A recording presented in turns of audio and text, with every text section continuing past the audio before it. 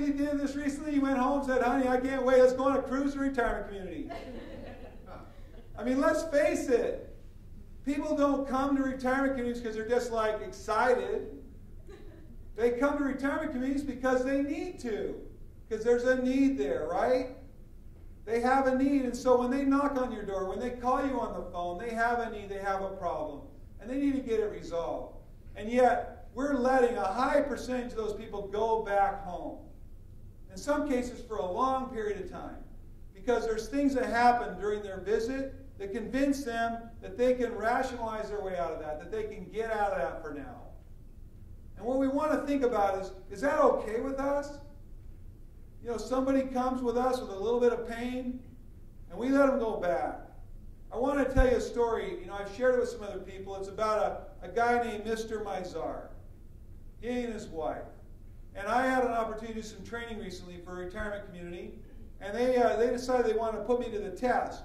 So they said, you know, look, Will, now that you showed us, you know, let's see what you've got. Let's see what you can do. I'm like, okay, I'll take any kind of call. I'll do it. They didn't tell me it was some guy that had called in 2 years ago that they ticked off and never called back. Let's see if we can find the worst possible lead in the stack. Pick it up just a little bit so it sticks up just a little bit so we know where it is. And go, Will, I'll just randomly select the card here. This guy's name was M-I-Z-E-R. So I immediately started saying, well, Mr. Mizar, so tell me about Mr. Mizar. And they filled me in a little bit. He had visited, apparently. They had talked to him. They called in, I don't know exactly when. Initial time was 2007, but they weren't sure. I'm sure it happened sometime sooner than that. So I called him up. Hey, Mr. Mizar, how are you? I'm not Mr. Mizar, I'm his housekeeper. Oh, okay, well, this is Will calling from Sierra Point. You know, can I talk to Mr. Mizar? You know, just chat with him, get to know him a little bit. And the housekeeper goes, I'll see what I can do. All right, so Mr. Mizar gets on the phone. Hello? Hi, Mr. Mizar. This is Will calling from Sierra Point. I just called to get to know you. Would you like to spend a little time with me? Well, I'm not sure if I want to. That's fantastic, Mr. Mizar. When you know, I'm with Sierra Point. He goes, who? Sierra Point, you know, like right down the street. Where are you calling from? The retirement community, you know, over here. And I had to look at the subject like, where are we? What street are we on? They're telling me, you know where we are, right? He goes, yeah, I kind of think I know where you are. I drive by there now and then. Now, why are you calling me? Well, Mr. Mizar, you visited a couple of years ago, and it sounds like you visited recently, too. You got some information. I never visited recently. I called in 2 years ago. By the way, you guys are kind of expensive, and then you charge $600 for the second person fee. Do you still charge $600 for the second person fee? Because I think that's ridiculous. I think it should be included in the price. Well, Mr. Mizar, so you found out about the price? Those dodo heads. No. And it was a $600 second person fee. They told you about that? He goes, yeah. I go, well, how'd you feel about that? I think it should be included in the price. Well, you know, we certainly should discuss that, Mr. Mizar, that $600 in the price. But before we do, let's just get to know each other. So, you know, when you came in, and he didn't even have time to pause. He goes, when you came in the first time, what were you trying to accomplish? He goes, I can't remember. It's 2 years ago. Well, Kim, you know, just help me out. What were you trying to accomplish? So I was just trying to find out about it. I drive by there all the time. Well, Mr. Mizar, what was your situation 2 years ago? And he started telling me a little information. Mr. Mizar, how'd you feel about that? What? Well, you know, how'd you feel about that? He says, well, you know, he started talking to me. Things are going okay. We're doing fine. I was just looking for some information. You know, the market was really hot then. Houses were selling really well then. I could get a lot of money for my house. So I thought maybe I'd look around, see what the options were. Okay. So I started talking to him a little bit. He said, Mr. Mizar, what do you do? You know, what do you do in your spare time? He started talking to me. I'm a commodities. I like to sell and buy commodities. Really? Commodities? I don't know much about that. Never get involved. Why not? Don't get involved. You'll lose your money. Why do you say that? And he started talking to me about that. And we had a little conversation. We started building a little rapport. So I looked at him and said, Mr. Mizar, you know, when you came in that first time, how long had you been looking? And he kind of said, well, I don't know. I said, Mr. Mizar, I have to ask you a personal question, but it might help you figure out what you should do. He goes, I'm not going to answer any personal questions. I said, okay, so let me ask you the question.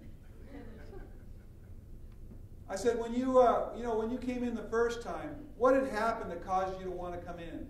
He goes, I can't remember. Something happened. I go, something happened? What do you mean? He goes, well, my wife and I, it's okay, but it's up and down. She has COPD. We have our good days. We have our bad days. But when it's bad, it's not too good. And really, we have a housekeeper. We have a maintenance guy. We have all these things going on. But really, the only problem is really dinner. I said, dinner? Problem? What do you mean by that? I don't know what you mean. He says, well, when she's having a bad day, I can cook, but I'm not that good. And it's hard to deal with her having a bad day and getting the dinner, and we can't go out. It's really hard and awkward sometimes. I said, okay, so what you're saying is when it's good, it's pretty good, but when it's not good, it's not too good. Is that right? He goes, yeah, that's right. How often does that happen that it's not good? He goes, it's more often now. I said, Mr. Mizar, how do you feel about that situation? Now, he talked a lot more than what I'm telling you to talk. He started talking. He started sharing. He started telling me how he was feeling. And so he started telling me about that, and I said, how do you feel? And he told me how he felt. He says, I don't know. I'd like it to be better when she's not better. And I said, well, how do you want to feel? He says, he told me. And so I said, Mr. Mizar, I know it doesn't make financial sense to come into a community. I know it doesn't make financial sense to sell your house. It's not a good time to do that. Our community is really not worth the money we charge if all you're coming here for is food and dining and an apartment because you have a beautiful house and our food's not that good. I didn't say that. And then I said, so the big thing is just to come in and see how it feels, Mr. Mizar. And he goes, it's Mizar. I'm like, oh man, I'm sorry about it. Yeah, Mizar, not Mr. Mizar. Thanks for telling me, guys. I'm looking at these guys going, nice way to set me up. But he told me, and then he starts talking, and I said, come in and see how it feels. He goes, no, I'm not going to come in. He said, send me some information. So I started talking to him again.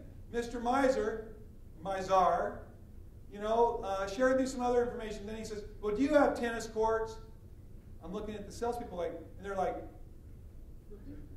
I'm like, so when you say tennis courts, what do you mean? He says, well, do you have places to play tennis that are on site? I said, why do you ask? He says, well, I like to play tennis. I like the guys I hang out with. We go play tennis. I said, so it's not so much the tennis courts. It's more that you just enjoy playing tennis and the friendship of the guys you're hanging out with. He goes, yeah. I go, I'm so glad you mentioned that, Mr. Mizar. There are people here that play tennis, and you probably enjoy hanging out with them. And he goes, okay. And he goes, but you have garages? I'm looking over at the salespeople there. I go, garages? And when you say garages, what do you mean by that? He goes, a garage. I'm like, well, why are you asking about a garage? He says, well, I have a Cadillac. I like to park in the garage. I go, Cadillac, fantastic. Those are cool cars. He goes, I hate them. I go, you hate them? What do you mean? He goes, I've had 20 of them. Now he's starting to play with me a little bit. 20 Cadillacs and you hate them? Well, why do you have 20 Cadillacs? I haven't always hated them. But the quality of those Cadillacs is going downhill, don't you think? I said, well, I drove a Cadillac recently. I kind of liked it. He goes, yeah, but the quality's not as good. They were made much better before. I said, tell me about that. He said, I've had Cadillacs over the years. This last one I had, it was a lemon. Had to have it repaired all the time. And he starts talking to me all about it. I go, wow, it sounds like you had kind of a bad experience with your last Cadillac, so you're not going to buy another one? He goes, I don't know. Maybe I'll buy another one. He says, Will, what kind of car do you drive? I started telling him. We started talking a little bit more. He goes, call me Bill. I said, you know what, Mr. Mizar? I said, I still got to say, going back to our community here, listening to you, you sound like such a vibrant, dynamic guy. You'd really like it here. You should come in and see how it feels, Mr. Mizar. Forget about buying and renting and all that. Just come in and see how it feels. Have a little dinner with us, because dinner's a little bit of a challenge for you. He says, no, I don't want to come in. I said, why not? He said, well, to tell you the truth, he says, my mom stayed in a nursing home. That was a really bad experience. And then my wife had to go to a nursing home when she was in rehab one time, and that was not a good experience. So I'm scared of him. I don't like him. I said, oh, okay, so you're scared of him. I can understand that, given the experience you had. I said, Mr. Mizar, I got to tell you something. He goes, what's that? I go, that's exactly why you need to visit. What do you mean? I said, you need to come in and see that it's different than what your experience was like. Feel better about it. Don't think about moving in. Just come in and feel better about it. Because I don't know. I go, Mr. Mizar, look, we've been talking. It's the right thing for you to do. Get your wife, come in and visit. See how it feels. He goes, you know what? He goes, maybe I will. He goes, I'm taking my wife to the hospital for a COPD today. I don't know how long she'll be there. But after we get done, you call me in a couple of weeks. I'll come over and visit. You have to have those skills. Because Mr. Hart needs to go to that community. He needs to get somewhere that when his wife's struggling with her COPD, he has friends and support and help. And she has friends and support and help. They need to come to that community. But 2 years before, they had talked to a salesperson that didn't know what they were doing. They thought they were supposed to tell the price when the person asked for the price. They thought they were supposed to send a brochure when they asked for a brochure. They did what they thought they were supposed to do, and then poor little Mr. Mizar and his wife, now they got to sell their house for $100,000 less than they were going to sell it for before, because the salesperson didn't know how to go through that conversation. They'd been living 2 years in that house, dealing with everything they were dealing with, because the salesperson didn't know how to deal with that conversation. Didn't have the confidence, didn't have the persistence, didn't want to take no. You know what I mean? And so now, a week later, I'm not in the community, Mr. Mizar calls back. A week later.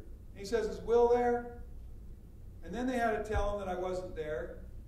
And I felt bad because I built this friendship. I wanted to get to know Mr. Mizar. I wanted to meet him. I wanted to, I wanted to talk to him. I wasn't there. And I felt a little bit bad. And then the executive director had to explain to Mr. Mizar that what I was doing there and talk to him about what they needed to do. And he agreed to come in. But I felt a little bit bad, because I had made a friend. I wasn't doing this because I was trying to sell something. I was doing it because I cared about him.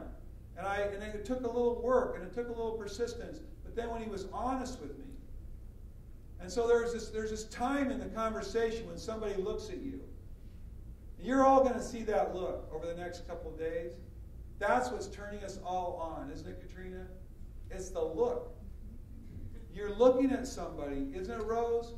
You're looking at somebody, you're having a conversation, they use a certain word, and you're going to say that word, and you're going to go, what does that mean?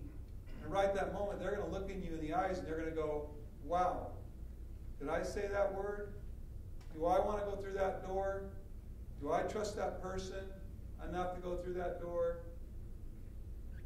And then they do. They go through the door, and they tell you something, right? And you go, wow, that's... They trusted me to tell me that. I better be present. I better be paying attention.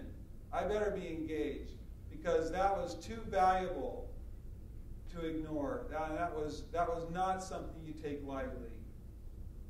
And so you're there, you're present, you're helping them out, and it's just the coolest thing in the entire world. And so when that Mr. Mizar told me the truth, we made a bond, and he stopped giving me a hard time.